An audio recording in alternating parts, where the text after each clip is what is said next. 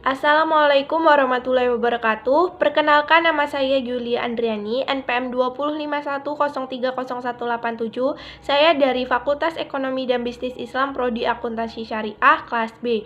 Di sini saya akan memenuhi ujian akhir semester mata kuliah fikih, yaitu mereview dan mempresentasikan jurnal yang berjudul Kafalah dalam Pandangan Islam, yang dibuat oleh M. Syekhul Arif Siti Halilah, yang diterbitkan pada tahun 2019.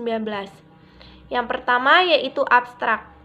Kafalah merupakan jaminan yang diberikan oleh penanggung atau kafil kepada pihak ketiga untuk memenuhi kewajiban pihak kedua atau yang ditanggung.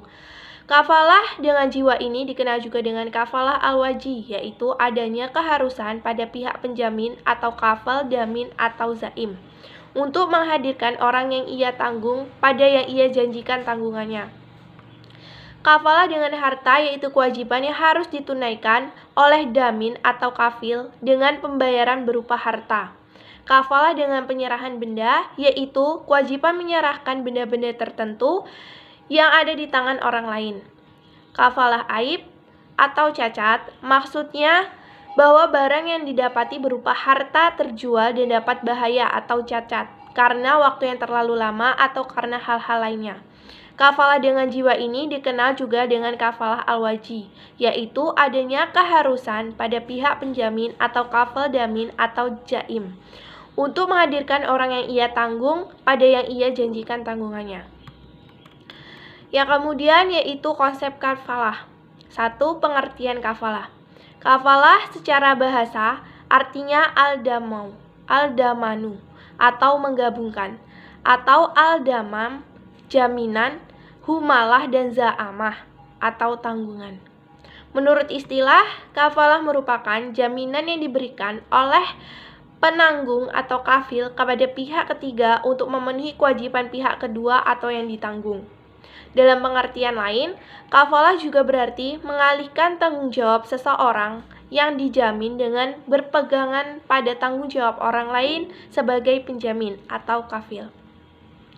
Menurut Al-Jaziri yang dikutip oleh Ismail bahwa otoritas tindakan kafalah ialah orang yang diperbolehkan bertindak atau berakal sehat, berjanji menunaikan hak yang diwajibkan ditunaikan orang lain atau berjanji menghadirkan hal tersebut dari pengadilan.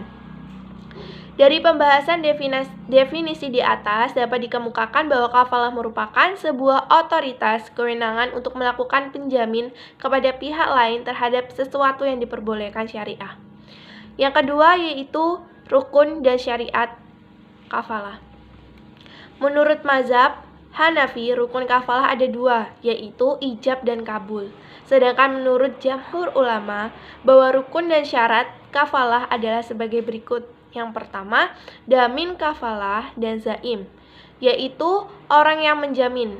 Dalam hal ini, orang yang menjamin disyaratkan sudah balik, berakal, tidak dicegah menjalankan hartanya atau mahjur dan dilakukan dengan kehendak sendiri. Yang kedua yaitu matmun alaih, atau orang yang berpiutang. Syarat-syarat orang yang berpiutang diketahui oleh orang yang menjamin. Orang yang menjamin disebut juga dengan makful lahu. Yang ketiga yaitu matmum anhu atau makful anhu, atau orang yang berutang. Dalam hal ini orang yang berutang disyaratkan balik, berakal, memiliki niat yang baik dan berbuat baik untuk memenuhi tanggung jawabnya kepada orang yang menjamin. Yang keempat yaitu matmun bin bih atau mukful, atau benda atau barang atau orang. Benda atau orang disyaratkan dapat diketahui tetap keadaannya. Yang kelima yaitu sik atau lafal. Disyaratkan keadaan lafal itu dengan kata-kata menjamin, tidak digantungkan pada susunan atau tidak dijelaskan dan tidak berarti sementara. Yang selanjutnya yaitu dasar hukum kafalah. Terdapat dalam Al-Quran, surat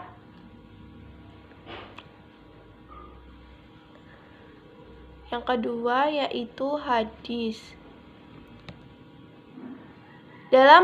dalam bercerita kepada pihak musyarakah telah bercerita kepada kami Yahya dari Sufyan berkata telah bercerita kepadaku Sa'ad bin Ibrahim dari Abdullah bin Syaddad dari Ali. Dan diriwayatkan pula telah bercerita kepada kami telah bercerita kepada kami Sufyan dan Sa'ad bin Ibrahim berkata telah bercerita kepadaku Abdullah bin Syaddad berkata atau mendengar Ali radhiyallahu anhu berkata, tidak pernah aku melihat Nabi Shallallahu Alaihi Wasallam memberikan jaminan tebusan kepada seseorang selain saat di mana aku mendengar beliau berkata, memanahlah demi bapak dan ibuku yang aku tebus keduanya kepada Allah. Hadis riwayat Bukhari nomor 2690.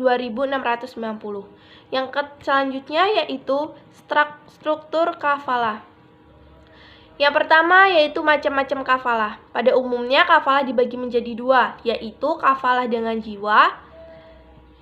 Kafalah dengan jiwa ini dikenal juga dengan kafalah wajib, yaitu adanya keharusan pada pihak penjamin atau kafil, domin atau zaim untuk menghadirkan orang yang ia tanggung pada yang ia janjikan tanggungannya. Jaminan yang berkaitan dengan manusia hukumnya diperbolehkan. Orang yang ditanggung tidak pasti mengetahui permasalahannya, karena kafalah mengangkut bahan atau manusia mengetahui permasalahannya. Karena kafalah mengangkut bahan atau manusia bukan benda dan harta penanggung tentang hak Allah Subhanahu wa taala. Yang kedua yaitu kafalah dengan harta, yaitu kewajiban yang harus ditunaikan oleh domin atau kafil atau penjamin dengan pembayaran atau pemunahan berupa harta. Kafalah harta itu dibagi menjadi tiga. Yang pertama yaitu kafalah bin al-dain atau jaminan utang, yaitu keharusan membayar utang yang menjadi beban orang lain. Yang kedua yaitu